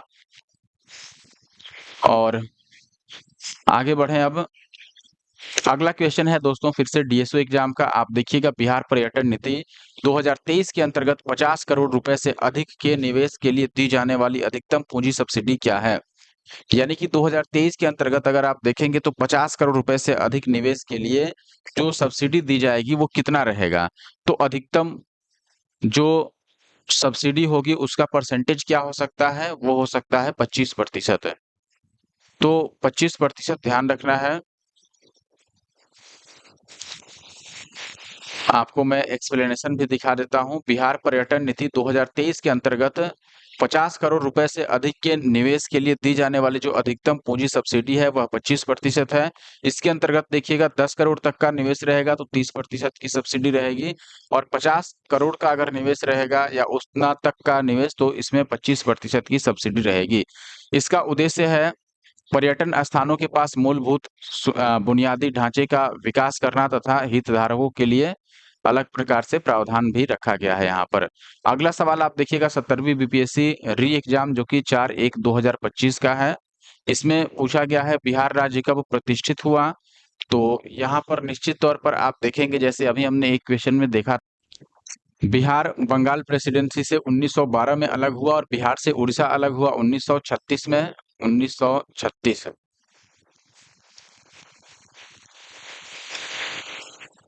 और फिर आप देखेंगे कि झारखंड कब अलग हुआ, वर्ष 2000, 15 नवंबर 2000 को। तो इस प्रकार सबसे पहले अगर बिहार की बात करें कि बिहार चर्चा में कब आया या अलग राज्य कब बना, तो 1912 में बना था। इस हिसाब से ऑप्शन डी यहाँ पर सही होगा, नन ऑफ दी। तो देखिएगा दोस्तों, वर्ष 1912 में बिहार ग्रेटर बंगाल से औपचारिक रूप से अलग हुआ था, किंतु इसकी शुरुआत 12 दिसंबर 1911 को ही जो जॉर्ज पंचम का दिल्ली में दरबार लगा था उसी में घोषणा कर दिया गया था। तत्कालीन वायसराय लॉर्ड हार्डिंग ने भारत सरकार अधिनियम 1912 के माध्यम से बिहार और उड़ीसा प्रांत के निर्माण के संबंध में अंतिम औपचारिक घोषणा 22 मार्च 1912 को की थी, और इसीलिए 22 मार्च को बिहार स्थापना दिवस के रूप में मनाया जाता है, और 22 मार्च 1912 को यह घोषणा फाइनली कर दी गई थी। अगला सवाल है कौन सी नदी बिहार का शोक के रूप में मानी जाती है। ये भी री एग्जाम 17वीं बीपीएससी का है। तो ये तो बहुत आसान सवाल है, आप सभी जानते होंगे कोसी नदी को, क्योंकि कोसी नदी के कारण काफी बाढ़ आता है बिहार में, इसलिए बिहार का शोक कोसी नदी को कहा जाता है। आप देखेंगे दोस्तों, कोसी नदी को बिहार का शोक कहा जाता है। कोसी नदी में आने वाली बाढ़ बिहार में तबाही का कारण बनती है। कोसी नदी नेपाल से निकलती है, जहां इसे सप्त कोसी के नाम से जाना जाता है। हालांकि कोसी नदी सिर्फ बाढ़ के लिए ही नहीं जाती, यह उत्तरी बिहार के लिए एक महत्वपूर्ण जल स्रोत भी है। इसके किनारे बसे शहरों और गांवों को यह इससे पेयजल प्राप्त होता है। अगला सवाल है दोस्तों, वर्ष 2019-20 में बिहार के जीएसडीपी यानी जो ग्रॉस स्टेट डोमेस्टिक प्रोडक्ट होता है, उसमें किसका 60.2% हिस्सा था, ये बताना है। यानी कि बिहार की जीडीपी एक तरह से समझिए जो स्टेट की जीडीपी होती है, उसमें किसका 60% से अधिक हिस्सा रहा। ऑप्शन है सर्विस सेक्टर का, मैन्युफैक्चरिंग सेक्टर का, इंडस्ट्रियल सेक्टर का, या फिर एग्रीकल्चर सेक्टर का। इसमें सीधा सा जवाब है दोस्तों, जो जीएसडीपी है बिहार का यानी कि सकल राज्य घरेलू उत्पाद, उसमें सर्विस सेक्टर का 60% से 80 हिस्सेदारी रहा, यानी 60.2% जो हिस्सेदारी रही वो सर्विस सेक्टर का रहा। आप देखिएगा यहाँ पर मैं एक्सप्लेनेशन भी दिखा देता हूँ। वित्तीय वर्ष 2019-20 में बिहार की सकल घरेलू उत्पाद यानी कि जीएसडीपी जो 5,72,827 करोड़ रुपए रही, 5,72,827 रुपए रही थी। स्थिर मूल्यों पर बिहार के जीएसडीपी में 10.5% की वृद्धि हुई, जो कि 2018-19 की वृद्धि दर यानी कि 9.3% से ज्यादा थी। बिहार की अर्थव्यवस्था 19-20 में कृषि क्षेत्र का योगदान जो है वो 20, फिर मैन्युफैक्चरिंग का 20, सेवा क्षेत्र का 60% रहा। अब नया अगर आप डेटा देखते हैं तो बिहार आर्थिक सर्वेक्षण 2024-25 के अनुसार वर्ष 23-24 में जीएसडीपी में क्षेत्रवार योगदान सेवा क्षेत्र में 59%, 1% की लगभग कमी आई है। फिर उद्योग क्षेत्र में 21% और कृषि क्षेत्र में 20% है। तो लेटेस्ट वाला आपको याद रखना है 24-25 का डेटा। अगला क्वेश्चन है 1917 में चंपारण सत्याग्रह का नेतृत्व किसने किया था। जवाहरलाल नेहरू, सुभाष चंद्र बोस, सरदार पटेल, या फिर महात्मा गांधी। तो मुझे लगता है कि 70वीं बीपीएससी के री एग्जाम में निश्चित तौर पर जो पहले एग्जाम हुआ था उससे आसान क्वेश्चन पूछ दिए गए हैं। देख के तो ऐसा ही लगता है अभी तक। आप देखिएगा, ये पूछा गया 1917 में चंपारण सत्याग्रह का नेतृत्व किसने किया था, महात्मा गांधी जी ने किया था, ये तो सभी को पता है। अब देखिए यहाँ पर मैं डिटेल भी दिखा देता हूँ। 1917 का जो चंपारण सत्याग्रह हुआ था, महात्मा गांधी जी द्वारा इसका नेतृत्व किया गया था। यह इनका पहला सत्याग्रह आंदोलन भी था और इसे भारतीय स्वतंत्रता आंदोलन में ऐतिहासिक रूप से महत्वपूर्ण माना जाता है। गांधी जी द्वारा चलाया गया यह आंदोलन चंपारण में ब्रिटिश बागान मालिकों द्वारा चलाई जा रही जो शोषण परक तिनकटिया प्रथा थी, इसके विरुद्ध था, जिसमें किसानों को अपनी कृषि जोत के 3/20 हिस्से पर नील की खेती करनी पड़ती थी। यानी कि देखिएगा कि 20 कट्ठा में से 3 कट्ठे पर कम से कम नील की खेती करना आवश्यक था और इसके लिए बाध्य किया जाता था। गांधी जी को चंपारण में लाने का जो श्रेय है वो राजकुमार शुक्ल को दिया जाता है। राजकुमार शुक्ल जो कि गांधी जी से लखनऊ में मिले थे अधिवेशन के दौरान, उन्होंने वहां रिक्वेस्ट भी की थी इनसे कि आप चंपारण आइए और फिर चंपारण ये आए। 1917 में सत्याग्रह भी किया यहाँ पर इन्होंने। अगला सवाल है दोस्तों, बिहार राज्य ने पहली बार ग्रीन बजट कब पेश किया? और ये क्वेश्चन है, आप देख सकते हैं बीपीएससी जो कि 13 दिसंबर 2024 को हुआ था, जिसको कैंसिल कर दिया गया उसका। तो सवाल है कि बिहार ने पहला बार ग्रीन बजट कब पेश किया था? ऑप्शन है आपके पास दोस्तों 20-21 में, 18-19 में और 21 से 22 में या फिर 19 से 20। देखिए इसमें एक तो चीज याद रखिए, आपकी ग्रीन बजट पेश करने वाला सबसे पहला राज्य भारत का है, फर्स्ट स्टेट वो है बिहार। बिहार पहला राज्य है जिसने ग्रीन बजट अलग से पेश किया और ये किया गया फाइनेंशियल ईयर 2020-21 में। So that option first is the answer. आप एक्सप्लेनेशन भी देखेंगे यहाँ पर, बिहार राज्य ने वित्तीय वर्ष 20-21 में पहली बार ग्रीन बजट पेश किया और ऐसा करने वाला भारत का यह पहला राज्य बन गया जिसने सरकारी खर्च में पर्यावरणीय विचारों को एकीकृत करने और पारिस्थितिक स्थिरता को बढ़ावा देने के उद्देश्य से अलग से ग्रीन बजट पेश किया। नेक्स्ट क्वेश्चन जो 18वां क्वेश्चन है वे आप देखेंगे, फिर से यहाँ पर कैंसिल्ड एग्जाम बीपीएससी प्री का है। सवाल है, मानवी मधु कश्यप हाल ही में बिहार की पहली ट्रांसजेंडर बनी है, क्या बनने वाली है? तो बिहार रेजिडेंट में हवलदार बनने वाली या फिर राज्य परिवहन में बस चालक बनने वाली, यातायात पुलिस निरीक्षक बनने वाली या फिर पुलिस उप निरीक्षक बनने वाली। तो आपको बता दें दोस्तों, सब इंस्पेक्टर ऑफ पुलिस बनने वाली यह पहली ट्रांसजेंडर महिला है, या फिर ट्रांसजेंडर है, महिला कहना उचित नहीं होगा, महिला या पुरुष नहीं कह सकते हम यहाँ, ट्रांसजेंडर बोलेंगे। तो मानवी मधु कश्यप जो है ये पहली ट्रांसजेंडर बनी है जो सब इंस्पेक्टर ऑफ पुलिस के पोस्ट पर सिलेक्ट की गई और ये ऑप्शन डी जो है इस सवाल का सही उत्तर है। आप देखिएगा ये भागलपुर की निवासी भी है, मैं आपको एक्सप्लेनेशन दिखाता हूँ। बिहार के भागलपुर की मानवी मधु कश्यप ने बिहार की पहली ट्रांसजेंडर पुलिस उप निरीक्षक बनकर इतिहास रच दिया। कश्यप ने माता पिता से अपने ट्रांसजेंडर बच्चों का समर्थन करने का आग्रह किया और उनकी सफलता की संभावनाओं पर प्रकाश डाला। भारत का भी पहली ट्रांसजेंडर पुलिस उप निरीक्षक बनने का गौरव प्राप्त किया। यानी कि पूरे भारत में भी पहला ट्रांसजेंडर पुलिस उप निरीक्षक यही है जो मानवी मधु कश्यप हैं वो। तो याद रखिएगा ये एक अच्छा सवाल है और आगे भी ये पूछा जा सकता है। नेक्स्ट क्वेश्चन फिर से 17वीं बीपीएससी का है, शिशुनाग वंश के बाद मगध पर किसका शासन आया? शिशुनाग वंश के बाद मगध पर किसका शासन आया? ऑप्शन है मौर्य वंश, शुंग वंश, नंद वंश या फिर इनमें से एक से अधिक। सही उत्तर है शिशुनाग वंश का अंत नंद वंश द्वारा ही किया गया था, इसलिए नंद वंश इसका सही उत्तर होगा। और आखिरी शासक अगर पूछे मगध का तो सातवाहन वंश। तो ये सारी चीजें आपको याद रखनी है। आप यहाँ पर देख भी सकते हैं कि कौन कौन से वंश थे। शिशुनाग वंश के बाद मगध यानी बिहार का जो महान इलाका था उस समय उस पर नंद वंश ने शासन किया। नंद वंश की स्थापना महापदम नंद ने की थी, ये सबको मालूम होगा। महापदम नंद शिशुनाग वंश के अंतिम राजा महापदम नंद ने शिशुनाग वंश के अंतिम राजा महानिदिन की हत्या करके नंद वंश की स्थापना की थी। नंद वंश के शासन काल में ही मगध पहली बार साम्राज्य बना था। मगध पर शासन करने वाले 3 वंश, ये शुरू के 3 वंश हैं, हर्यंक वंश, फिर शिशुनाग वंश, फिर नंद वंश। इसके आगे अगर देखिएगा तो फिर इसके बाद आते हैं मौर्य वंश। मौर्य वंश के बाद आपका आता है शुंग वंश और शुंग वंश के बाद आता है आपका कण्व वंश और इसके बाद आता है सातवाहन। तो ये है जो आप याद रख सकते हैं। नेक्स्ट क्वेश्चन है दोस्तों, भारत की जनगणना 2011 के अनुसार बिहार में लिंगानुपात क्या है? ये बहुत ही अच्छा सवाल है और पहले कई बार ये पूछा जा चुका है। अगर आपने बिहार के किसी भी एग्जाम का या इस टाइप का प्रीवियस ईयर करके आप गए होते तो निश्चित तौर पर ये सॉल्व कर पाते। बिहार में जो लिंगानुपात है दोस्तों 2011 की जनगणना के अनुसार वो है 918, यानी कि 1000 पुरुषों पर 918 महिलाएं बिहार में हैं। यहाँ पर वही चीज बताया गया है जो आप पढ़ भी सकते हैं।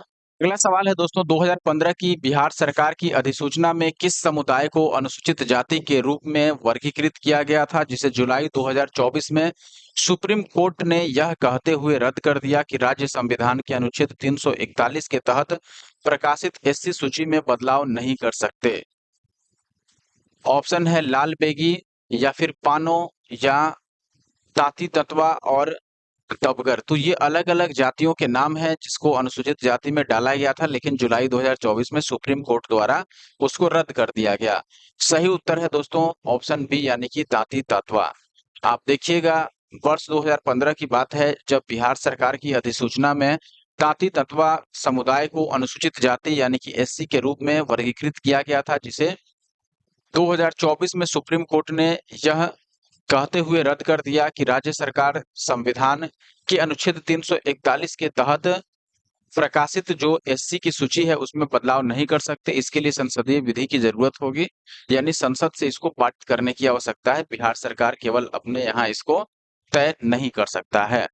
तो आप देखिएगा, अब अगला क्वेश्चन फिर से बीपीएससी जो कैंसिल हुआ था।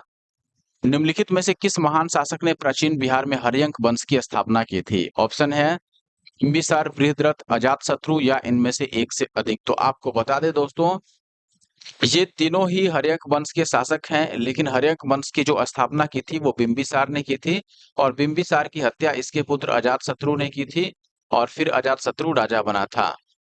तो आप देखिएगा, यहाँ पर हर्यक वंश की स्थापना जो है वो बिम्बिसार ने किया था। 544 बीसी से 492 बीसी तक शासन किया। फिर बिम्बिसार गौतम बुद्ध के समकालीन थे, और उन्होंने अपने समकालीन शासन काल के दौरान बौद्ध धर्म को बहुत बढ़ावा दिया, और इसमें उनकी महत्वपूर्ण भूमिका रही। अगला क्वेश्चन आप देखेंगे दोस्तों, क्वेश्चन नंबर 23 है। सवाल है, बिहार में प्रकाशित प्रथम हिंदी दैनिक समाचार पत्र कौन था? और ये मुझे लगता है कि हमने घटना चक्र का जो भारत में आधुनिक आधुनिक भारत में प्रेस का विकास, ऐसा करके एक मैंने चैप्टर पढ़ाया है। घटना चक्र पूर्वावलोकन 2025 इतिहास की जो बुक आती है उसको, उसमें मैंने ये क्वेश्चन भी आपको बताया था। बिहार में प्रकाशित पहला हिंदी दैनिक समाचार पत्र कौन सा है? सही उत्तर है दोस्तों सर्वहितैषी, यानी कि ऑप्शन सी, सर्वहितैषी इसका सही उत्तर है। तो आप देखिएगा, बिहार में प्रकाशित पहला दैनिक समाचार पत्र सर्वहितैषी था। नेक्स्ट क्वेश्चन है, बिहार एसएससी स्टेनोग्राफर एग्जाम जो कि 2006 का है, बिहार में किस वर्ष दूरदर्शन का केंद्र स्थापित किया गया था?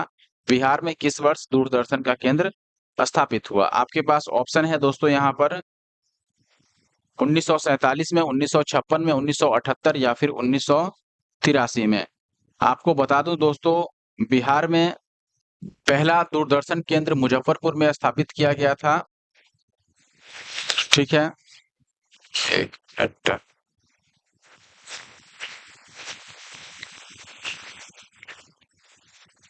मुजफ्फरपुर में कब किया गया था?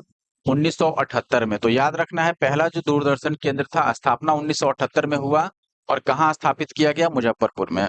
अगला सवाल है दोस्तों, बिहार का प्रसिद्ध पर्व कौन सा है? ऑप्शन है दुर्गा पूजा, छठ पूजा, बैसाखी, या इनमें से कोई नहीं। और ये बीएसएससी रिसेप्शनिस्ट जो टूरिज्म डिपार्टमेंट का एग्जाम था उसमें पूछा गया है। हालांकि 2007 का ही क्वेश्चन है। याद रखिए, छठ पूजा जो है वो बिहार का प्रसिद्ध त्योहार है। बिहार का प्रसिद्ध पर्व छठ पूजा है। यह उत्तर पूर्वी उत्तर प्रदेश में भी मनाया जाता है, और इस पर्व के अवसर पर सूर्य देवता की पूजा की जाती है। अगला क्वेश्चन जो है आप देखिएगा, 2023 69वीं बीपीएससी का है। भारतीय हस्तशिल्प के संदर्भ में बिहार में सुजनी क्या है? सुजनी हस्तशिल्प के संदर्भ में पूछा जा रहा है कि सुजनी क्या है। ऑप्शन है एक प्रकार कांच का बर्तन है, या फिर एक धातु शिल्प है, या एक प्रकार की कढ़ाई है, या एक प्रकार का मिट्टी का बर्तन है। तो आपको बता दें दोस्तों, सुजनी जो है, सुजनी यह एक प्रकार की कढ़ाई है। ऑप्शन सी इसका सही उत्तर है। आप देखिएगा, यहाँ पर भारतीय हस्तशिल्प के संदर्भ में बिहार में सुजनी जो है यह एक प्रकार की कढ़ाई है। परंपरागत रूप से महिलाएं नवजात शिशुओं को लपेटने के लिए साधारण कपड़ों के छोटे पैच पर कढ़ाई करके कपड़ा तैयार करती हैं, जिसको सुजनी कहा जाता है। बिहार के मुजफ्फरपुर में की सुजनी कढ़ाई की कढ़ाई जो है उसको जियो टैग भी मिला हुआ है सरकार द्वारा, तो ये भी आप याद रख सकते हैं। अगला क्वेश्चन है दोस्तों, बिहार विधान परिषद की पहली बैठक किस वर्ष बुलाई गई थी? विधान परिषद की ध्यान रखिएगा, पहली बैठक पूछा गया है। बीपीएससी प्री का क्वेश्चन है 67वीं का। आप देखिएगा 1911, 1914, 1913, 1919 या फिर इनमें से कोई नहीं, ये ऑप्शन है। तो आपको बता दें दोस्तों 20 जनवरी 1913 को पहला बिहार विधानसभा का परिषद बुलाया गया था। तो इस हिसाब से ऑप्शन भी सही होगा। 20 जनवरी 1913 याद रखना है। कहाँ बुलाया गया था? बांकीपुर में बुलाया गया था। अगला क्वेश्चन आप देखिएगा, Bihar SSC second graduate level pre exam जो है उसका ये क्वेश्चन है। बिहार में लोकसभा की 40 सीटें हैं, राज्यसभा की कितनी सीटें हैं? तो ये हमने नोट्स में भी पढ़ा था, राज्यसभा की 16 और लोकसभा की 40 सीटें हैं। तो आई होप कि ये आपको याद होगा। आप यहाँ देख सकते हैं बिहार में राज्यसभा की 16 और लोकसभा की 40 सीटें हैं। राज्यसभा संसद का एक उच्च सदन है, ये तो आपको पता होगा, और लोकसभा उसका निम्न सदन है। वर्तमान में राज्यसभा में कुल सदस्यों की संख्या, यानी ये ओवरऑल इंडिया की बात कर रहा है, 245 है, जिसमें 12 सदस्य तो राष्ट्रपति द्वारा मनोनीत किए जाते हैं। इसके अतिरिक्त 6 साल के लिए चुने जाते हैं, यानी कि इनकी जो अधिकतम अवधि होती है कार्य करने की वो 6 साल की होती है। इनमें से 1/3 सदस्य, यानी राज्यसभा को कभी भंग नहीं किया जाता है, याद रखिए। लोकसभा भंग होता है, राज्यसभा में हर एक 2 साल पर 1/3 सदस्यों को रिटायर किया जाता है। नेक्स्ट क्वेश्चन देखिएगा दोस्तों, बिहार विधानसभा में अनुसूचित जाति के उम्मीदवारों के लिए कितनी सीटें आरक्षित है? विधानसभा में दोस्तों टोटल सीटों की संख्या 243 होती है। इसमें अनुसूचित जाति के लिए कितनी सीटें आरक्षित होती हैं? ये हमने नोट्स में पढ़ा था स्टार्टिंग में कि 38 सीट्स जो होती है वो एससी कैटेगरी के लिए रिजर्व रहती है। तो आप देखिएगा यहाँ पर 243 सीटों में एससी के उम्मीदवारों के लिए 38 सीटें और एसटी के उम्मीदवारों के लिए 2 सीटें आरक्षित रहती हैं। नेक्स्ट सवाल है दोस्तों, भारत की जनगणना 2011 के अनुसार बिहार की कुल जनसंख्या कितनी थी? तो मैंने शॉर्ट में भी याद रखने के लिए आपको बोला था कि बिहार की जो कुल जनसंख्या है वो लगभग 10.41 करोड़ के आसपास है।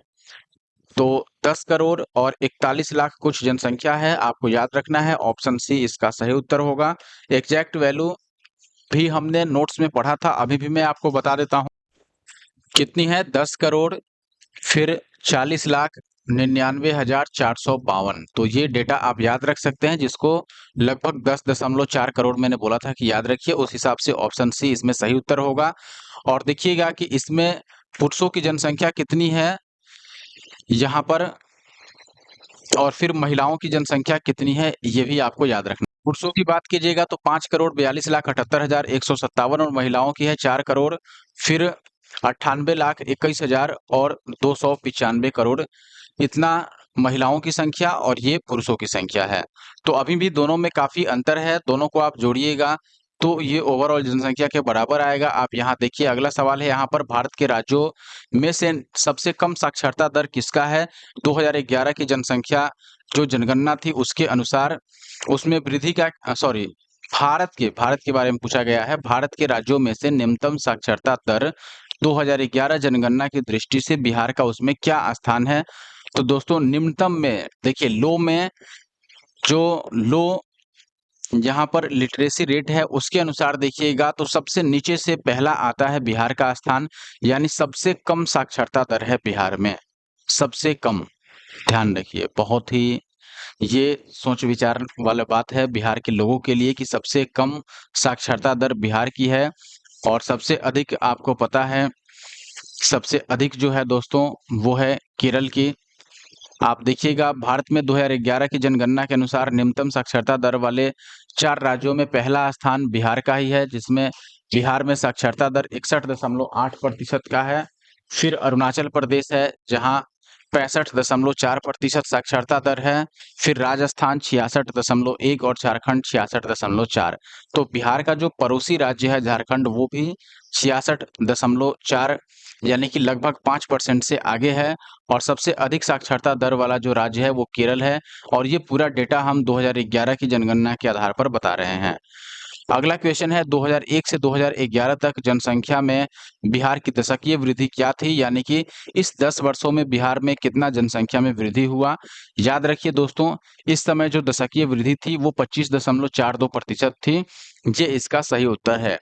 आप देखिएगा 2001 से 2011 तक जनसंख्या में बिहार की दशकीय वृद्धि 25.42%, जबकि 1 से 11 के बीच देश की जो जनसंख्या वृद्धि हुई वो 17.64% रही। तो पूरे देश में 17.64, लेकिन बिहार में उससे 10% आगे, 10% से थोड़ा कम, 8% कह लो, 25.42% बढ़ गई। और फिर 2011 की जनगणना के अनुसार भारत की कुल जनसंख्या में बिहार की हिस्सेदारी लगभग 8.6% है। यानी कि पूरे भारत में से पूरे भारत का जितना जनसंख्या उसका 8.6% हिस्सा तो बिहार में ही रहता है। और बिहार का जो जनसंख्या घनत्व है वो सर्वाधिक है, याद रखिए, सर्वाधिक जनसंख्या घनत्व वाला बिहार राज्य है। जनसंख्या घनत्व यानी कम जगह पर अधिक लोग रहते हैं बिहार में। अगला क्वेश्चन है बीपीएससी एलडीसी एग्जाम 2022 का। 2011 की जनगणना के आधार पर बिहार भारत का डैश सबसे अधिक जनसंख्या वाला राज्य है। पहला अभी मैंने बताया 2011 की जनगणना, अच्छा सबसे अधिक जनसंख्या वाला।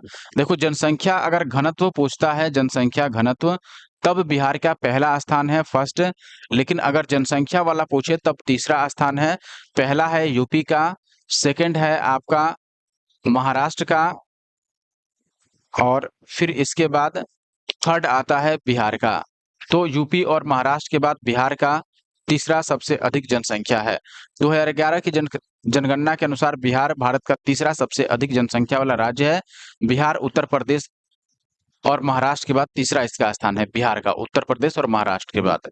नेक्स्ट क्वेश्चन आप देखिएगा 44वीं बीपीएससी का। बिहार राज्य की मुख्य नकद फसल यानी कैश क्रॉप कौन सी है? चाय, रबर, नारियल, कॉफी या फिर गन्ना? गन्ना सही उत्तर होगा दोस्तों, ऑप्शन सी। आप देखिएगा यहाँ पर कृषि बिहार के अधिकतर लोगों की जीविका का साधन है। जिस फसल का उत्पादन व्यापार के दृष्टिकोण से किया जाता है उसे नकदी फसल कहा जाता है। ठीक है, व्यापार के दृष्टिकोण से गन्ना, जूट, तंबाकू, आलू, तिलहन बिहार की प्रमुख नकदी फसलें हैं। बिहार की मुख्य नकदी फसल गन्ना है, जिसमें बिहार में लगभग 3 लाख हेक्टेयर भूमि पर गन्ने की खेती की जाती है, जिसमें चंपारण, सारण, मुजफ्फरपुर, दरभंगा, पटना इत्यादि जिलों का प्रमुख स्थान है गन्ना उत्पादन में। नेक्स्ट क्वेश्चन देखिएगा दोस्तों, उस क्षेत्र की पहचान करना है जहां से यूरोप वासियों को सबसे अधिक सोरा और अफीम की प्राप्ति हुई थी। तो ये मैंने मॉडर्न हिस्ट्री में भी पढ़ा रखा है 10 घंटे की वीडियो में। सही उत्तर होगा दोस्तों बिहार। बिहार से अधिकांश अफीम और सोरा का व्यापार किया जाता था यूरोप वासियों द्वारा। आप देखिएगा सर्वोत्तम अफीम और सोरा की प्राप्ति बिहार से होती थी। सोरा का उत्पादन बंगाल में प्रचुर मात्रा में होता था। यहाँ पर व्यापार करने वाले यूरोपियों में प्रमुख रूप से पुर्तगाली, डच, अंग्रेज और फ्रांसीसी थे। अगला सवाल है बिहार वासियों का जीवन निर्वाह का मुख्य साधन क्या है? तो आप देखिएगा दोस्तों, उद्योग, व्यापार, कृषि या इनमें से कोई नहीं। क्या लगता है आपको? बिहार में ज्यादातर लोग उद्योग करते हैं। उद्योग यानी फैक्ट्री से रिलेटेड वर्क होता है, व्यापार यानी बिजनेस करते हैं, या फिर खेती करते हैं, या इनमें से कोई नहीं। सीधा जवाब है बिहार में लगभग 76% आबादी है जो कृषि पर निर्भर है। तो ऑप्शन सी यहाँ पर सही उत्तर है। आप देखिएगा बिहार में लगभग 76% आबादी कृषि कार्य में संलग्न है। बिहार का कुल भौगोलिक क्षेत्र का 93.6 लाख हेक्टेयर है कुल भौगोलिक क्षेत्रफल, जिसमें से 56.03 लाख हेक्टेयर पर शुद्ध खेती होती है, और सकल कृषि क्षेत्र जो है वो 79.46 हेक्टेयर है। अगला क्वेश्चन, बिहार में बांगर मिट्टी मिलती है कहाँ कहाँ, ये बताना है आपको। आप देखिएगा ऑप्शन है आपके पास गया, बोधगया, पूर्वी चंपारण, भागलपुर क्षेत्र में, या फिर पूर्णिया, सहरसा, दरभंगा, मुजफ्फरपुर क्षेत्र में। गया, नालंदा, बोधगया, सासाराम क्षेत्र में, या फिर पूर्वी चंपारण, नालंदा, गया, सासाराम क्षेत्र में। आपको बताना था कि बांगर मिट्टी बिहार में कहाँ कहाँ मिलती है। दोस्तों बांगर मिट्टी जो होती है वह पुरानी जलोढ़ मिट्टी को कहा जाता है, जिसकी जो उर्वरता है यानी कि उपज इसकी जो है उर्वरता वो कम होती है। बाकी के जैसे आप खादर मिट्टी की बात करो तो खादर का नाम ही खादर है, खाद से बना हुआ। तो वो नया जलोढ़ मिट्टी होता है, और ये पुराना जलोढ़ मिट्टी है, इसलिए इसकी उर्वरता थोड़ी कम होती है। खासकर यहाँ गेहूं, गन्ना और कई प्रकार की दालें उगाई जा सकती हैं। और आप देखेंगे यह बिहार में गया, बोधगया, पूर्वी चंपारण, भागलपुर के क्षेत्र में पाई जाती है। तो ऑप्शन ए इसका सही उत्तर है। आप देखिएगा तराई क्षेत्र के दक्षिण में पाई जाने वाली बांगर मिट्टी का विस्तार गंगा के दक्षिणी मैदानी भागों में रोहतक से लेकर के पटना, मुंगेर से भागलपुर तक है। काले, भूरे, पीला एवं हल्का पीले रंग की इस मिट्टी में क्षारीय एवं अम्लीय गुण संतुलित मात्रा में पाए गए हैं।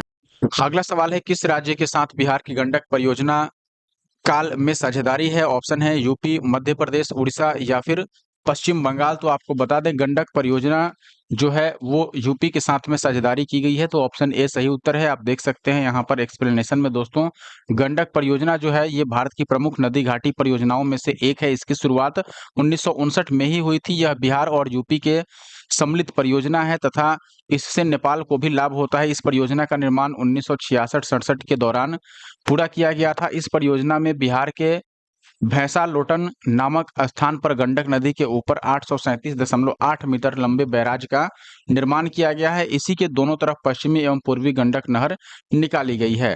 अगला सवाल दोस्तों 39 नंबर है, जो कि बीपीएससी 66वीं प्री का सवाल है। बिहार के निम्न प्रशासनिक विभागीय जोड़ों में से किस जोड़े से गंगा नदी नहीं बहती है? ऑप्शन है दरभंगा मुंगेर, पूर्णिया भागलपुर, तिरहुत सारण, कोसी मगध या फिर इनमें से कोई नहीं या एक से अधिक। देखिए दोस्तों, कोसी मगध से गंडक जो है, गंडक बोल रहा हूँ, गंगा नदी नहीं बहती है, इसलिए ऑप्शन डी यहाँ पर सही उत्तर है। आप देखिएगा, गंगा नदी हिमालय के गंगोत्री ग्लेशियर से निकलती है तथा उत्तराखंड, उत्तर प्रदेश, बिहार, पश्चिम बंगाल में प्रवाहित होते हुए बंगाल की खाड़ी में गिरती है। गंगा नदी बिहार के कोसी मगध प्रशासनिक विभागीय संभाग को छोड़कर बाकी जो ऑप्शन थे सभी प्रशासनिक संभाग से प्रवाहित होते। दोस्तों इस वीडियो में हम इतना ही क्वेश्चन करेंगे, क्योंकि इस टॉपिक से जो बिहार का संक्षिप्त हम विवरण देख रहे हैं, इसमें मुझे लगता है कि 70 प्लस क्वेश्चन है, जिसमें से मैंने 40 क्वेश्चन विद नोट्स यहाँ पर कवर कर दिया। रेस्ट जो क्वेश्चन हैं वो हम नेक्स्ट वीडियो में कवर करेंगे। इसके अलावा आप इस बुक को जब हम आगे पढ़ेंगे तो देखिएगा, बहुत इंपॉर्टेंट क्वेश्चन है। कई जगह मुझे लगता है इसमें टाइपिंग मिस्टेक देखने को मिल रहा है, लेकिन फिर भी कोई बात नहीं, क्योंकि क्वेश्चन लेटेस्ट है तो हम कर लेंगे। थोड़ा बहुत टाइपिंग इधर भी उधर भी हो तो एग्जाम में तो हम सही आंसर लगा पाएंगे ना। तो आपको अगर दोस्तों वीडियो पसंद आया हो तो आप जरूर लाइक कीजिए और कमेंट करके बताइए कि क्या इस बुक के सोल्यूशन को कंटिन्यू रखा जाए या फिर नहीं। इसके अलावा नेक्स्ट वीडियो आपको जल्द ही 10 घंटे की वीडियो हम उपलब्ध कराने वाले हैं। किसकी? इकोनॉमिक्स की। जैसे आपने देखा होगा 10 घंटे की मैराथन वीडियो मैंने मॉडर्न हिस्ट्री, फिर ज्योग्राफी और पॉलिटी की अपलोड कर रखी है, वैसे ही नेक्स्ट जो मैराथन क्लास आएगी वो इकोनॉमिक्स की आएगी, मैं आपको ये पहले बता देता हूं। तो इस वीडियो को देखने के लिए धन्यवाद। इस वीडियो का अगर आपको पीडीएफ चाहिए तो हमारा Telegram group the GS solver जरूर ज्वाइन कर लें और लाइक और कमेंट करके जाएं। मिलते हैं नेक्स्ट वीडियो में। Thank you for watching the